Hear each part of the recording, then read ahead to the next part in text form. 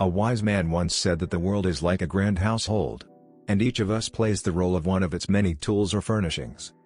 Just as a house is filled with diverse objects, each serving a unique purpose, so too are we individuals with distinct roles to play in the tapestry of life. Some are like knives, sharp, keen, and perhaps even ruthless in their pursuits. Others are like matches, igniting sparks of passion and change. Still others are like teakettles, quick to boil over with emotion. While some are like paintings on the wall, their presence adding a touch of beauty but not fundamentally altering the nature of the house. We find teaspoons, stirring up trouble or gently sweetening interactions.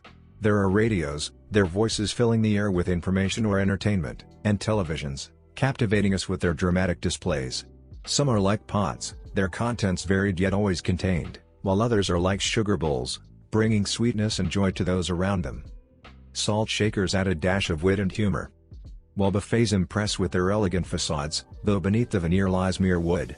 Some are like samovars, their calm exteriors masking a bubbling inner turmoil, while others are like balls, bouncing about at the whim of others.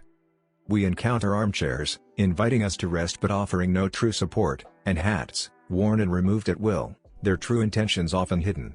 Hammers pound and strike, breaking down and fragmenting, while scales stand as symbols of justice and fairness, even when the verdict is unfavorable. Some are like crystal pitchers of water, pure and clear, embodying unwavering trust, while others are like mirrors, reflecting back our true selves without distortion or embellishment.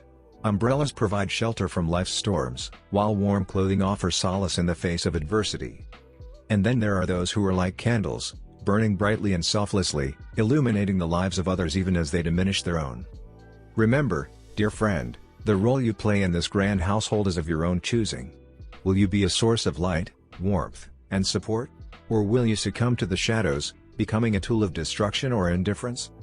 The choice is yours.